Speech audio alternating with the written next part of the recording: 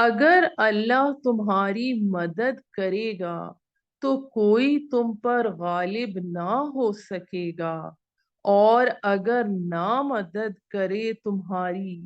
تو پھر ایسا کون ہے جو مدد کر سکے تمہاری اس کے بعد؟ اور اللہ ہی پر بھروسہ کرنا چاہیے مسلمانوں کو، اور نبی کا کام نہیں کہ چھپا رکھے، اور جو کوئی چھپائے گا وہ لائے گا اپنی چھپائی چیز دن قیامت کے، پھر پورا پائے گا ہر کوئی جو اس نے کمایا، اور ان پر ظلم نہ ہوگا۔ کیا ایک شخص جو تابع ہے اللہ کی مرضی کا برابر ہو سکتا ہے اس کے جس نے کمایا غصہ اللہ کا، اور اس کا ٹھکانہ دوزخ ہے، اور کیا ہی بری جگہ پہنچنے کی ہے۔ لوگوں کے مختلف درجے ہیں اللہ کے ہاں، اور اللہ دیکھتا ہے جو کچھ وہ کرتے ہیں۔ اللہ نے احسان کیا ایمان والوں پر، جو بھیجا ان میں رسول انہی میں سے، پڑھتا ہے ان پر آیتیں اس کی، اور پاک کرتا ہے ان کو یعنی شرک وغیرہ سے، اور سکھاتا ہے ان کو کتاب اور کام کی بات، اور وہ تو پہلے ہی سری گمراہی میں تھے۔ کیا اور کیا جس وقت پہنچی تم کو ایک تکلیف کہ تم پہنچا چکے ہو اس سے دگنی، تو کہتے ہو یہ کہاں سے آئی؟ تو کہہ دے یہ تکلیف تم کو پہنچی تمہاری ہی طرف سے، بے شک اللہ ہر چیز پر قادر ہے۔ اور جو کچھ تم کو پیش آیا اس دن کے ملی دو فوجیں، سو اللہ کے حکم سے، اس واسطے کہ معلوم کرے ایمان والوں کو، اور تاکہ معلوم کرے ان کو جو منافق تھے، اور کہا گیا ان کو کہ آؤ لڑو اللہ کی راہ میں یا دفاع کرو، بولے اگر ہم کو معلوم ہو لڑائی تو البتہ ہم تمہارے ساتھ رہیں ہم، اور وہ لوگ اس دن کفر کے قریب ہیں بنسبت ایمان کے، کہتے ہیں اپنے منہ سے جو نہیں ان کے دل میں، اور اللہ خوب جانتا ہے جو وہ چھپاتے ہیں۔ وہ لوگ جو کہتے ہیں اپنے بھائیوں کو آپ بیٹھ رہے اور خود بیٹھ گئے ہیں، اگر وہ ہماری بات مانتے تو مارے نہ جاتے، تو کہہ دیجئے اب دور کر دو ہٹا دو اپنے اوپر سے موت کو، اگر تم سچے ہو تو نہ، اور نہ سمجھیے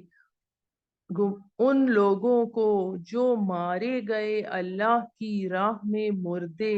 بلکہ وہ زندہ ہیں، اپنے رب کے پاس کھاتے پیتے ہیں،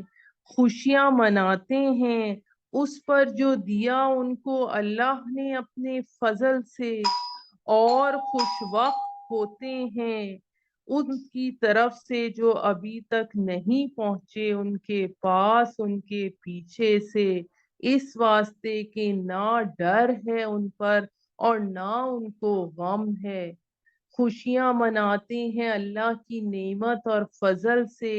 اس بات سے کہ اللہ ضائع نہیں کرتا اجر ایمان والوں کا۔ جی 1 منٹ ہولڈ کیجئے گا پھر ہم تفسیر شروع کرتے ہیں۔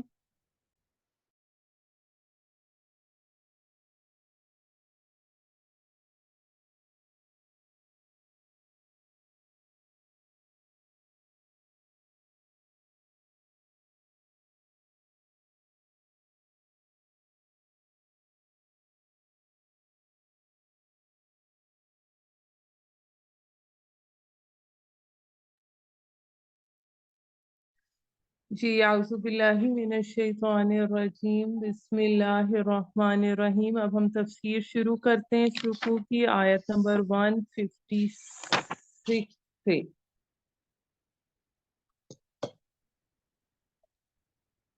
اس آیت میں اہل ایمان کو اس عقیدے سے روکا جا رہا ہے جو جس کے حامل اس وقت کفار اور منافقین تھے، کیونکہ یہ عقیدہ بزدلی کی بنیاد ہے۔ اللہ تعالیٰ یہ فرما رہے ہیں کہ موت اور حیات اللہ کے ہاتھ میں، موت کا ایک وقت مقرر ہے، اس سے انسان کے اندر عزم اور حوصلہ اور اللہ کی راہ میں لڑنے کا جذبہ پیدا ہوتا ہے۔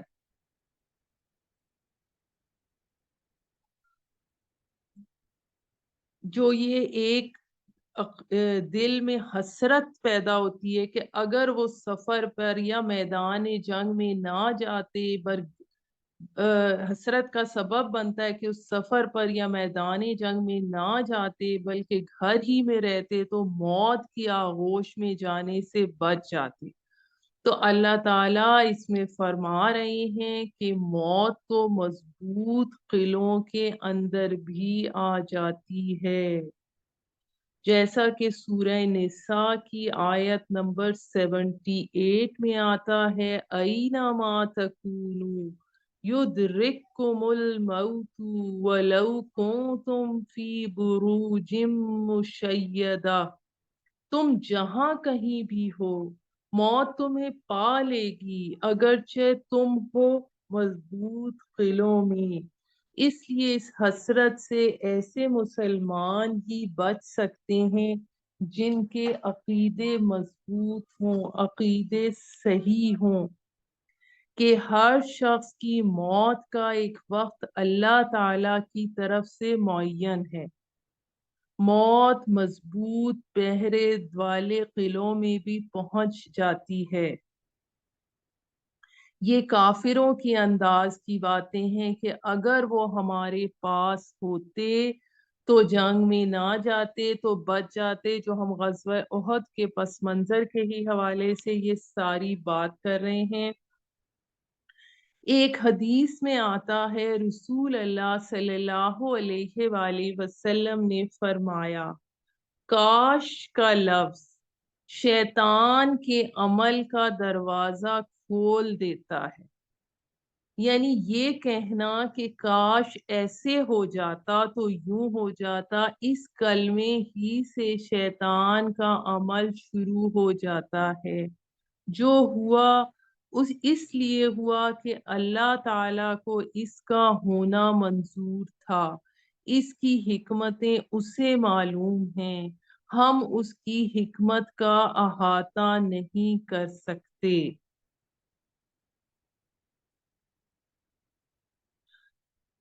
کہ یہ اللہ تعالیٰ اس بات کو ان کے دلوں میں حسرت کا باعث بنا دیتا ہے، یعنی حسرت کی آگ جلا دیتا ہے، اور یہ کافروں کے لیے ان کے کفر کی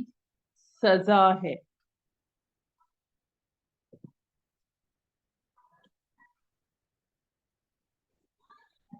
موت و حیات جو ہے وہ صرف تقدیر کے، اللہ تعالیٰ نے جو تقدیر بنائی ہے اس کے تابع ہوتی ہے، جو کہ پچھلی آیتوں میں ہم یہ پڑھ چکے تھے کہ اگر ہماری، جو منافقین کہتے تھے کہ نہیں ہمارا اگر کچھ اختیار ہوتا، ہماری رائے مانی جاتی تو یہاں قتل نہ ہوتے، تو اللہ تعالیٰ نے مخلص مسلمانوں کو اس طرح سے کے شکوک اور شبہات سے بچنے کی تلقین فرمائی ہے کہ دین کی راہ میں مرنا یا مارے جانا تو موجب مغفرت اور رحمت ہے۔ اس کے بعد ہمارے پاس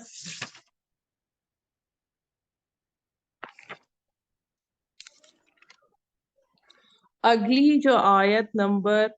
159 آتی، 157 میں اللہ تعالیٰ یہ فرما رہے ہیں کہ اگر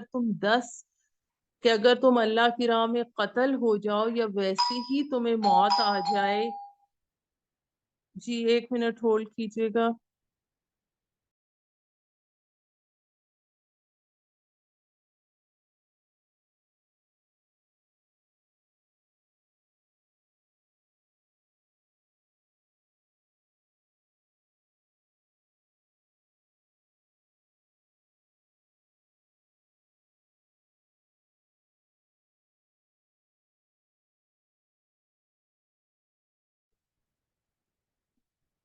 جی اعوذ باللہ من الشیطان الرجیم، یعنی اگر تم اللہ کی راہ میں قتل ہو جاؤ یا ویسے ہی تمہیں موت آ جائے تو اللہ کی طرف سے جو مغفرت اور رحمت تمہیں ملے گی کہیں بہتر ہے ان چیزوں سے جو یہ جمع کر رہے ہیں. یعنی اگر تم دنیا میں 10-15 سال اور جی لیتے تو کیا کچھ جمع کر لیتے. اللہ تعالیٰ نے تمہیں شہادت کی موت دے دی، تمہارے لیے اس سے بڑھ کر سعادت اور کیا ہوگی. پھر آیت نمبر 158 میں آتا ہے، اور چاہے تم مرو یا قتل ہو بہرحال اللہ ہی کے پاس اکٹھے کیے جاؤ گے. یعنی اگر تمہیں بستروں میں موت آئے یا تمہیں میدان جنگ میں تم جامع شہادت نوش کرو، ہر حال میں تمہیں اللہ ہی کی جناب میں حاضر کیا جانا ہے، تو تمہاری آخری منزل تو وہی ہے. پھر آیت نمبر 159 جو ہے وہ کہ اے نبی صلی اللہ علیہ وآلہ وسلم، یہ تو اللہ کی رحمت ہے کہ آپ ان کے حق میں بہت نرم ہیں. اب اس صورت کی یہ آیت جو ہے یہ جماعتی نظم کے حوالے سے بہت اہم ہے، کہ یعنی کہ جو لوگ صاحب امر ہوں، جن کے پاس ذمہ داریاں ہوں، انہیں یہ خیال رکھنا چاہیے کہ ان کے سب ساتھی انسان ہیں، وہ جذبات اور احساسات بھی رکھتے ہیں، ان کی عزت نفس بھی ہے، اور وہ رضاکار ہیں اور دینی جذبے کے تحت اکٹھے ہوئے ہیں. لہٰذا عمرا کو اپنے ساتھیوں کے ساتھ ہمیشہ نرم رویہ اختیار کرنا چاہیے، اور جماعتی زندگی کے اس پہلو کی اہمیت کو یہاں رسول اللہ صلی اللہ علیہ وآلہ وسلم کی شخصیت کے حوالے سے واضح کیا جا رہا ہے کہ اے نبی صلی اللہ علیہ وآلہ وسلم، یہ اللہ کی رحمت کا مظہر ہے کہ آپ ان کے حق میں بہت نرم ہیں. ورنہ اس جنگ میں جس طرح بعض ساتھیوں سے بہت بڑی غلطی سرزد ہوئی تھی، تو آپ اگر تند خو ہوتے اور سخت دل ہوتے تو یہ آپ کے ارد گرد سے منتشر ہو جاتے. یعنی وہ جنہوں نے درہ چھوڑ دیا تھا اور جس کی وجہ سے مسلمانوں کو بہت بڑا چرکا لگا تھا، لیکن اس کے باوجود آپ ساتھیوں کے لیے اپنے دل میں میل مت آنے دیجیے.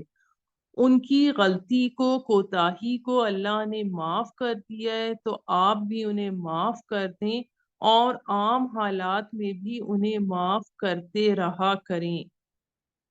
اور ان سے جو بھی خطا ہو جائے اس پر ان کے لیے استغفار کریں اور معاملات میں ان سے مشورہ لیتے رہیں. اب یہ آیت نمبر 159 میں جو شاورہم فی الامر آ رہا ہے، اس سے ہمیں یہ پتہ چلتا ہے کہ آئندہ بھی جنہوں نے میدان چھوڑ کر بھاگے، جنہوں نے درہ چھوڑا، جو مختلف غلطیاں سرزد ہوئیں، تو ان ایسا طرز عمل اختیار نہ کریں کہ آئندہ ان کی کوئی بات نہیں سننی چاہیے، بلکہ ان کو بھی مشورے میں شامل رکھیں. مشاورت کے عمل سے جماعت کے اندر باہمی اعتماد پیدا ہوتا ہے، لوگ اطمینان محسوس کرتے ہیں کہ ہمارا امیر ہم سے مشورہ کرتا ہے اور ہماری بات کو اہمیت دیتا ہے. چنانچہ مشاورت کے عمل کا تسلسل بہت ضروری ہے. اب اس میں جو صحابہ کرام سے جو مختلف غلطیاں ہوئیں،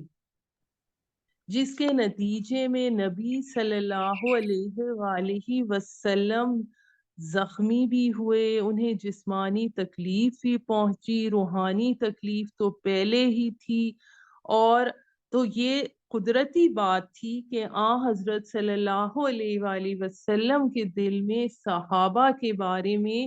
تھوڑی دوری پیدا ہو جاتی، جس کے نتیجے میں ان کی ہدایت اور تلقین میں یہ دوری مخل ہوتی. اس لیے حضور صلی اللہ علیہ وآلہ وسلم کو یہ تعلیم دی جا رہی ہے کہ آپ ان کی خطاؤں سے درگزر فرمائیں، ان کو دل سے معاف کر دیں اور آئندہ کے لیے بھی لطف اور مہربانی کا معاملہ جاری رکھیں۔ اور یہ رحمت صرف آپ کا نرم ہونا، یہ رحمت صرف صحابہ کرام پر ہی نہیں بلکہ خود حضرت صلی اللہ علیہ وآلہ وسلم پر بھی ہے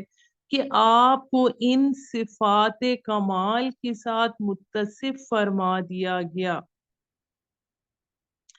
کیونکہ اگر یہ نرم ہوئی، یہ خوش اخلاقی، یہ عفو درگزر، مہربانی کی صفات آپ کے اندر نہ ہوتی تو یہ لوگوں کی اصلاح کا کام جو آپ کے سپرد تھا وہ انجام نہیں پا سکتا تھا، لوگ آپ سے دور بھاگ جاتے۔ اس لیے ایک عام انسان کے لیے بھی جو شخص اللہ کی دعوت پہنچانا چاہتا ہے، لوگوں کی اصلاح کا کام کا ارادہ کرے، تو اس کے لیے ضروری ہے کہ یہ صفات اپنے اندر پیدا کرے، کیونکہ جب اللہ تعالیٰ کے محبوب رسول اللہ صلی اللہ علیہ وآلہ وسلم کی سختی، اللہ تعالیٰ نے سختی سے انہیں منع فرمایا، تو پھر کس کی مجال ہے کہ وہ برے اخلاق کے ساتھ لوگوں کو جمع کر سکے؟ کسی کے لیے ممکن نہیں کہ اس طرح لوگوں کی اصلاح کا فرض انجام دے سکے۔ پھر ایک نبی صلی اللہ علیہ وآلہ وسلم کے لیے بھی اور ایک عام مسلح کے لیے بھی ضروری ہے کہ عوام کی خطاؤں کا عفو و انتقام نہ لے بلکہ عفو و درگزر سے کام لے۔ اور پھر یہ بھی حکم دیا جا رہا ہے کہ ان کے لیے مغفرت طلب کریں، ان کی ایذاؤں پر صبر کریں، لیکن ان کی دل سے خیر خواہی نہ چھوڑیں، کیونکہ سب سے بڑی خیر خواہی آخرت کی درستگی ہے۔ پھر آگے جو پہلے میں نے آپ سے ابھی بات کی شاورہم فی الامر کی، یعنی فیصلوں میں ان سے مشورہ لیں۔ اب اس میں ایک مصلح اور مبلغ کے لیے جن صفات کا ہونا ضروری ہے ان میں ایک چیز سخت کلامی سے بچنا، لوگوں سے اگر کوئی غلطی یا ایذا صادر ہو جائے تو انتقام نہ لینا بلکہ عفو اور درگزر کا معاملہ کرنا، اور ان کی خطاؤں کی وجہ سے ان کی خیر خواہی نہ چھوڑنا، پھر ان کے لیے دعا اور استغفار کرتے رہنا، اور ایک اور چیز کہ ظاہری معاملات میں ان کے ساتھ حسن سلوک کا معاملہ نہ چھوڑنا۔ شاورہم فی الامر کے حوالے سے جو مشورے کے لیے ایک دوسری آیت سورہ شورى کی آیت ہے جس میں مسلمانوں کی صفات بیان کرتے ہوئے ایک صفت یہ بیان کی گئی ہے کہ وَأَمْرُهُمْ شُورَى بَيْنَهُمْ، یعنی ان کا ہر کام آپس کے مشورے سے ہوتا ہے۔ اس کے بارے میں احادیث میں آتا ہے کہ حضرت عبداللہ بن عمر رضی اللہ تعالیٰ عنہ سے روایت ہے کہ رسول صلی اللہ علیہ وآلہ وسلم نے فرمایا کہ جو شخص کسی کام کا ارادہ کرے اور باہم مشورہ کرنے کے بعد اس کے کرنے یا نہ کرنے کا فیصلہ کرے تو اللہ کی طرف سے اس کو صحیح اور مفید صورت کی ہدایت مل جاتی ہے۔ ایک اور حدیث میں ہے کہ جب تمہارے حکام تم میں سے بہترین آدمی ہوں اور تمہارے مالدار سخی ہوں اور تمہارے معاملات آپس میں مشورے سے طے ہوا کریں تو زمین کے اوپر رہنا تمہارے لیے بہتر ہے، اور جب تمہارے حکام بدترین افراد ہوں اور تمہارے مالدار بخیل ہوں اور تمہارے معاملات عورتوں کے سپرد ہوں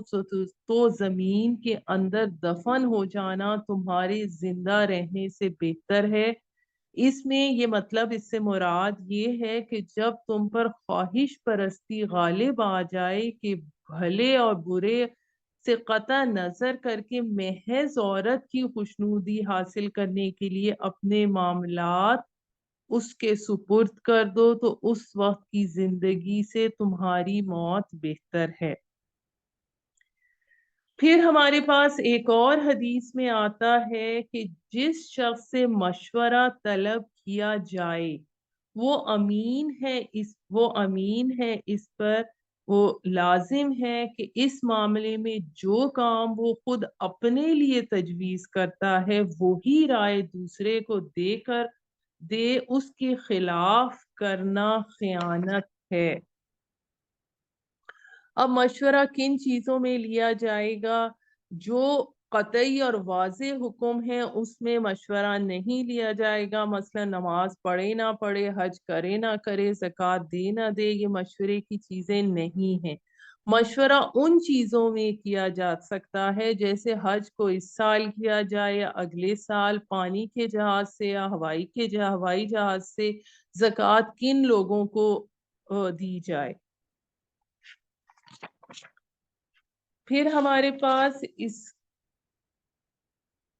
اب اس میں یہ بات بھی سمجھنا ضروری ہے کہ اگر اللہ تعالی چاہتا تو اپنے رسول صلی اللہ علیہ وآلہ وسلم کو ہر کام بذریعہ وحی بتلا دیتا، کسی کام میں مشورے کی ضرورت نہ چھوڑتا، لیکن امت کی مصلحت اس میں تھی کہ آپ صلی اللہ علیہ وآلہ وسلم کے ذریعے مشورے کی سنت جاری کروائی جائے۔ جیسا کہ ہم نے غزوہ احد کے حوالے سے اس میں یہ پڑھا کہ جب یہ شروع میں یہ بات ہوئی کہ مدینے میں محصور ہو کر جنگ کی جائے تو کچھ لوگوں نے کہا کہ ہم کھلے میدان میں جنگ کرنا چاہتے ہیں، تو آپ صلی اللہ علیہ وآلہ وسلم نے ان کی بات مانتے ہوئے باہر نکلنے کا فیصلہ کیا۔ پھر جب آپ باہر نکلے تو لوگوں کو اندازہ ہوا کہ شاید آپ نے کچھ سخت معاملہ ہے، آپ نے زرہ پہنی ہوئی تھی، ہتھیار لگائے ہوئے تھے، تو انہوں نے کہا ہم اپنی رائے واپس لیتے ہیں۔ لیکن نبی صلی اللہ علیہ وآلہ وسلم نے کہا کہ اب یہ کسی نبی کے لیے مناسب نہیں، کہ کو یہ زیبا نہیں کہ ہتھیار باندھنے کے بعد جنگ کیے بغیر انہیں اتار دے۔ یعنی اس سے ہمیں ایک اور بات یہ پتہ چلتی ہے کہ جب آپ ایک فیصلہ کر لیں تو پھر جو اس میں آتا ہے نا، پھر جب آپ فیصلہ کر لیں تو اللہ پر توکل کریں۔ یعنی جب فیصلہ کر لیا مشورے کے بعد تو توکل کریں اور اس پر استقامت کریں۔ پھر اس کے بعد آیت نمبر 160 میں آتا ہے کہ اے مسلمانوں دیکھو، اگر اللہ تمہاری مدد کرے گا تو کوئی تم پر غالب نہیں آ سکتا، اور اگر وہ تمہیں چھوڑ دے تو کون ہے جو تمہاری مدد کرے اس کے بعد، اور اللہ ہی پر توکل کرنا چاہیے ایمان والوں کو۔ پھر اس کے بعد آیت نمبر 161، اور کسی نبی کی یہ شان نہیں ہے کہ وہ خیانت کرے۔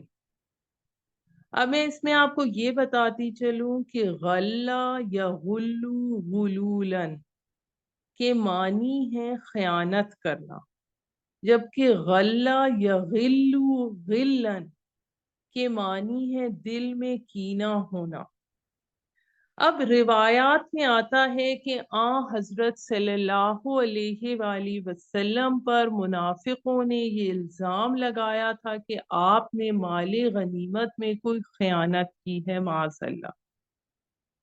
یہ اس الزام کا جواب دیا جا رہا ہے کہ کسی نبی کی یہ شان نہیں کہ وہ خیانت کا ارتکاب کرے۔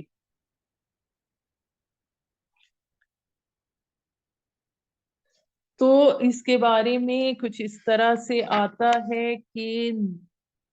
مال غنیمت میں ایک چادر گم ہو گئی تھی اور لوگوں نے کہا کہ شاید رسول اللہ صلی اللہ علیہ وآلہ وسلم نے لے لی ہو، تو اس کے حوالے سے یہ بات بتائی جا رہی ہے۔ اور پھر یہاں پر مختلف رائے بھی آتی ہیں، یہ بھی رائے آتی ہے کہ یہ دراصل منافقین کے ان الزامات کی تردید ہے جو انہوں نے احد کی شکست کے بعد رسول اللہ صلی اللہ علیہ وآلہ وسلم پر لگائے تھے، کہ ہم نے تو ان پر اعتماد کیا، ان کے ہاتھ پر بیعت کی، اپنے نیک و بد کا ان کو مالک بنایا، لیکن یہ ہمارے اعتماد سے غلط فائدہ اٹھا رہے ہیں، ہمارے جان و مال کو اپنے ذاتی حوصلوں اور امنگوں کے لیے تباہ کر رہے ہیں۔ ان کا منصوبہ پورے عرب کو زیر نگیں کرنے کا ہے، اس مقصد کے لیے انہوں نے ہماری جانوں کو تختہ مشق بنا رکھا ہے، وغیرہ وغیرہ۔ تو قرآن مجید نے منافقین کے الزامات کی تردید فرمائی ہے کہ یہ الزامات بالکل جھوٹ ہیں، کوئی نبی اپنی امت کے ساتھ کبھی بے وفائی اور بد عہدی نہیں کرتا، اور جو کوئی خیانت کرے گا تو وہ اپنی خیانت کی ہوئی چیز سمیت حاضر ہوگا قیامت کے دن، یعنی اللہ کے قانون، جزا اور سزا سے ایک نبی سے بڑھ کر بھلا کون باخبر ہوگا۔ اب یہ اس حوالے سے آیت کا یہ حصہ بہت اہم ہے کہ جو مدارس ہوتے ہیں، اوقاف کے اموال ہوتے ہیں، اس میں ہزاروں لاکھوں مسلمانوں کا چندہ ہوتا ہے۔ اب اگر کوئی اس میں سے چرائے گا تو کس کس سے معاف کروائے گا؟ اس کے بارے میں آتا ہے کہ میدان حشر میں جہاں ساری مخلوق جمع ہوگی، سب کے سامنے اس کو رسوا کیا جائے گا جس نے مال چوری کیا تھا، اور وہ اس کی گردن پہ لدا ہوگا۔ رسول اللہ صلی اللہ علیہ وآلہ وسلم نے فرمایا، دیکھو ایسا نہ ہو کہ میں قیامت میں کسی کو اس طرح دیکھوں کہ اس کی گردن پر ایک اونٹ لدا ہوا ہو، کہ یہ اس بات کا اعلان ہوگا کہ اس نے مال غنیمت کا اونٹ چرایا تھا۔ وہ شخص اگر مجھ سے شفاعت کا طالب ہوگا تو میں اسے صاف جواب دے دوں گا کہ میں نے حکم الہی پہنچا دیا تھا، اب میں کچھ نہیں کر سکتا۔ اللہ تعالی میدان حشر کی رسوائی سے بچائے۔ بعض روایات میں ہے کہ جن کے ساتھ یہ معاملہ ہوگا وہ تمنا کریں گے کہ ہمیں جہنم میں بھیج دیا جائے مگر اس رسوائی سے بچ جائیں۔ تو اسی طرح حکومت کے سرکاری خزانے، بیت المال کا حکم ہے، کیونکہ اس میں پورے ملک کے باشندوں کا حق ہے، جو اس میں چوری کرے اس نے سب کی چوری کی، مگر چونکہ یہی اموال ایسے ہوتے ہیں جس کا کوئی شخص مالک نہیں ہوتا، نگرانی کرنے والے بے پرواہی کرتے ہیں، چوری کے مواقع بکثرت ہوتے ہیں، اس لیے آج کل زیادہ چوری، زیادہ خیانت انہی اموال میں ہو رہی ہے، اور لوگ اس کے انجام بد سے اور وبال عظیم سے غافل ہیں کہ اس جرم کی سزا جہنم کے عذاب کے علاوہ میدان حشر کی رسوائی بھی ہے، اور نبی صلی اللہ علیہ وآلہ وسلم کی شفاعت سے محرومی بھی۔ پھر اس کے بعد آیت نمبر 162 میں آتا ہے، تو کیا بھلا وہ شخص جس نے اللہ کی رضا کی پیروی کی اس کی مانند ہو جائے گا جو اللہ کے غضب اور غصے کو کما کر لوٹا، اور اس کا ٹھکانہ جہنم ہے، اور وہ بہت ہی بری جگہ ہے پہنچنے کی۔ آیت نمبر 163 میں ان کی درجے بندیاں ہیں اللہ کے ہاں، یعنی جس طرح اللہ کے نیک بندوں کے درجے ہیں اسی طرح بدکاروں کے بھی درجے ہیں، سب بدکار برابر نہیں، اور سب نیکوکار برابر نہیں۔ اور اس سے اگلی جو آیت میں مضمون آ رہا ہے یہ ہمارے پاس 2 مرتبہ سورہ بقرہ میں آ چکا ہے۔ پہلی مرتبہ سورہ بقرہ کے 15ویں رکوع میں حضرت ابراہیم اور حضرت اسماعیل علیہ السلام کی دعا میں یہ مضمون آیا ہے آیت نمبر 129 میں، اور پھر 18ویں رکوع کے آخر میں یہ پھر سے مضمون آتا ہے ہمارے پاس آیت نمبر 151 میں۔ اب تیسری مرتبہ یہ مضمون آ رہا ہے کہ در حقیقت اللہ نے یہ بہت بڑا احسان کیا ہے اہل ایمان پر، جب ان میں اٹھایا ایک رسول انہی میں سے، یعنی ان کی اپنی قوم میں سے، جو تلاوت کر کے انہیں سناتا ہے اس کی آیات اور انہیں پاک کرتا ہے اور تعلیم دیتا ہے کتاب اور حکمت کی۔ یعنی 4 بنیادی عناصر ہیں جنہیں قرآن بتاتا ہے: تلاوت آیات، تزکیہ، تعلیم کتاب اور حکمت۔ حضرت ابراہیم اور حضرت اسماعیل علیہ السلام کی دعا میں جو ترتیب تھی اس میں تزکیے کا ذکر آخر میں تھا۔ اللہ تعالیٰ نے اس ترتیب کو یہاں بدل دیا ہے۔ یہاں میں آپ کو یہ بتاتی چلوں کہ جو مقاصد ہیں تلاوت آیات، تزکیہ، تعلیم کتاب اور حکمت۔ تعلیم کتاب میں تلاوت خود بخود آ جاتی ہے کیونکہ تلاوت کے ساتھ ہی تعلیم ممکن ہے، تلاوت کے بغیر تعلیم کا تصور ہی نہیں۔ اس کے باوجود تلاوت کو الگ سے ایک مقصد کے طور پہ ذکر کیا گیا ہے کہ تلاوت بجائے خود ایک مقدس اور نیک عمل ہے، چاہے پڑھنے والا اس کا مفہوم سمجھے یا نہ سمجھے۔ پھر قرآن کے معنی اور مطلب کو سمجھنے کی کوشش کرنا یقیناً ہر مسلمان کے لیے ضروری ہے۔ پھر اس کے بعد تزکیے سے مراد عقائد اور اعمال اور اخلاق کی اصلاح ہے، اور شرک سے ہٹا کر توحید پر جانا ہے۔ اسی طرح بد اخلاق اور بد اتوار قوم کو اخلاق و کردار کی رفتوں سے آپ صلی اللہ علیہ وآلہ وسلم نے ہمکنار کیا۔ پھر حکمت سے مراد اکثر مفسرین کے نزدیک حدیث ہے۔ پھر اس کے بعد اگلی جو آیت نمبر 165 آتی ہے: کیا جب تم پر ایک مصیبت آئی جب کہ تمہیں اس سے دگنی مصیبت ان کو پہنچا چکے ہو تو تم کہنے لگے یہ کہاں سے آ گئی؟ کہہ دیجئے یہ تمہارے اپنے نفسوں کی وجہ سے ہوا ہے۔ یعنی اللہ تعالیٰ تو اپنا وعدہ پورا کر چکا، تم دشمن پر غالب آ چکے تھے، مگر تم نے اپنی غلطی کی وجہ سے جنگ کا پانسا پلٹ دیا۔ اللہ چاہتا تو تمہیں کوئی سزا نہ دیتا بلکہ سزا دیے بغیر معاف کر دیتا، لیکن اللہ کی حکمت کا تقاضا تھا کہ تمہیں سزا دی جائے، کیونکہ تمہاری اس تحریک کو بڑے بڑے مراحل سے گزرنا تھا۔ اگر تم اس طرح نظم کو توڑتے، احکام کی خلاف ورزی کرتے تو پھر ایک منظم جماعت حزب اللہ نہ بن پاتے۔ پھر اس کے بعد اللہ تعالیٰ نے اگلی آیت نمبر 166 میں فرمایا: جو بھی تم پر مصیبت آئی وہ اللہ کے اذن سے ہے، تاکہ یہ ظاہر ہو جائے کہ صبر و استقامت کا مظاہرہ کرنے والے مومن کون ہیں، اور تاکہ معلوم ہو جائے کون منافق ہے۔ جیسے عبداللہ بن ابی جو تھا وہ اس وقت اپنے 300 ساتھیوں کو لے کر واپس چلا گیا تو ان کا نفاق سب پر ظاہر ہو گیا، اور ان منافقوں سے کہا گیا کہ آؤ اللہ کی راہ میں جنگ کرو یا کم از کم دفاع کرو۔ ظاہر ہے ان سے کہا گیا ہوگا کہ جب عبداللہ بن ابی اپنے 300 آدمیوں کو لے کر جا رہا ہوگا کہ اس وقت کہاں جا رہے ہو، قریش کا لشکر سامنے ہے،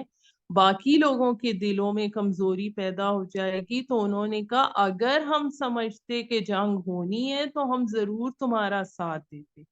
یعنی حقیقت میں، یعنی یہ تو در حقیقت جنگ ہی نہیں، یہ جو مکے سے محمد صلی اللہ علیہ وآلہ وسلم کے ساتھی مہاجرین آئے ہیں، یہ جو مکہ سے لشکر ہم پر چڑھائی کرنے آ رہا ہے، یہ سب ایک ہی تھالی کے چٹے بٹے ہیں، ہمارا ان سے کوئی سروکار۔ یعنی وہ یہ کہنا چاہ رہے تھے کہ یہ تو در حقیقت نورا کشتی ہے، حقیقت میں جنگ ہے ہی نہیں۔ تو یہ لوگ اس دن ایمان کی نسبت کفر سے زیادہ قریب تھے۔ تو اللہ تعالیٰ اگلی آیت میں فرما رہے ہیں کہ کیا تم اپنی کوششوں سے اپنے آپ سے موت کو ٹال لو گے کہ تمہارے گھروں کو موت نہیں آئے گی؟ تو یہ مت سمجھنا ان لوگوں کو جو اللہ کی راہ میں قتل کیے جائیں کہ وہ مردہ ہیں۔ اب یہی چیز سورہ بقرہ میں ہم آیت نمبر 154 میں پڑھ چکے ہیں، اور مت کہو ان کو جو اللہ کی راہ میں قتل ہو جائیں کہ وہ مردہ ہیں، وہ مردہ نہیں بلکہ زندہ ہیں، لیکن تمہیں اس کا شعور نہیں ہے۔ اب اس کے بارے میں جو شہداء کے بارے میں آتا ہے کہ ایک تو مرے نہیں بلکہ دائمی زندگی کے مالک ہیں۔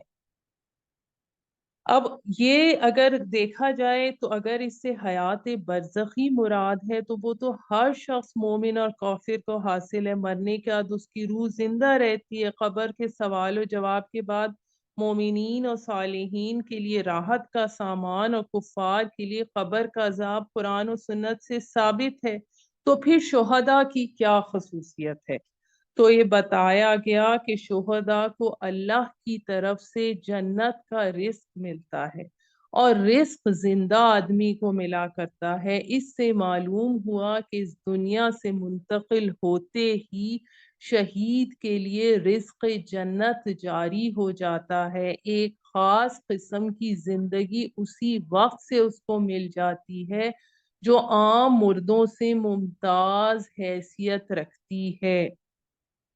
اب وہ کیسی زندگی ہے، اس کی حقیقت سوائے خالق کائنات کے نہ کوئی جان سکتا ہے،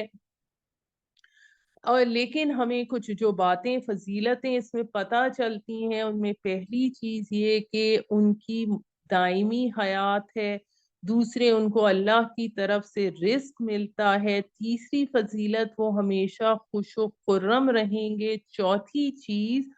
وہ اپنے جن متعلقین کو دنیا میں چھوڑ گئے ہیں ان کے متعلق بھی ان کو یہ خوشی ہوتی ہے کہ وہ دنیا میں رہ کر نیک عمل اور جہاد میں مصروف رہیں، تو ان کو بھی یہاں آ کر یہی نعمتیں اور درجات عالیہ ملیں گی۔ پھر یہ بھی مفسرین بیان کرتے ہیں کہ شہید کا جو کوئی عزیز دوست مرنے والا ہوتا ہے تو شہید کو پہلے سے اس کی اطلاع دے دی جاتی ہے کہ فلاں شخص اب تمہارے پاس آ رہا ہے، وہ اس سے ایسا خوش ہوتا ہے جیسے دنیا میں کسی پرانے دوست سے مدت بعد مل کر خوشی ہوتی ہے۔ پھر اس آیت کے بارے میں نبی کریم صلی اللہ علیہ وآلہ وسلم نے صحابہ سے فرمایا، جب واقع احد میں تمہارے بھائی شہید ہوئے تو اللہ تعالیٰ نے ان کی ارواح کو سبز پرندوں کے جسم میں رکھ کر آزاد کر دیا، وہ جنت کی نہروں اور باغات کے پھلوں سے اپنا رزق حاصل کرتے ہیں، پھر ان قندیلوں میں آ جاتے ہیں جو ان کے لیے عرش رحمان کے نیچے معلق ہیں۔ اور جب ان لوگوں نے اپنی راحت اور عیش کی یہ زندگی دیکھی تو کہنے لگے کہ ہمارے متعلقین دنیا میں ہمارے مرنے سے غمگین ہیں، کیا کوئی ہمارے حالات کی خبر ان کو پہنچا سکتا ہے تاکہ وہ ہم پر غم نہ کریں اور وہ بھی جہاد میں کوشش کرنے لگیں؟ تو اللہ تعالیٰ نے فرمایا کہ ہم تمہاری یہ خبر ان کو پہنچائے دیتے ہیں، اس پر یہ آیت نازل ہوئی۔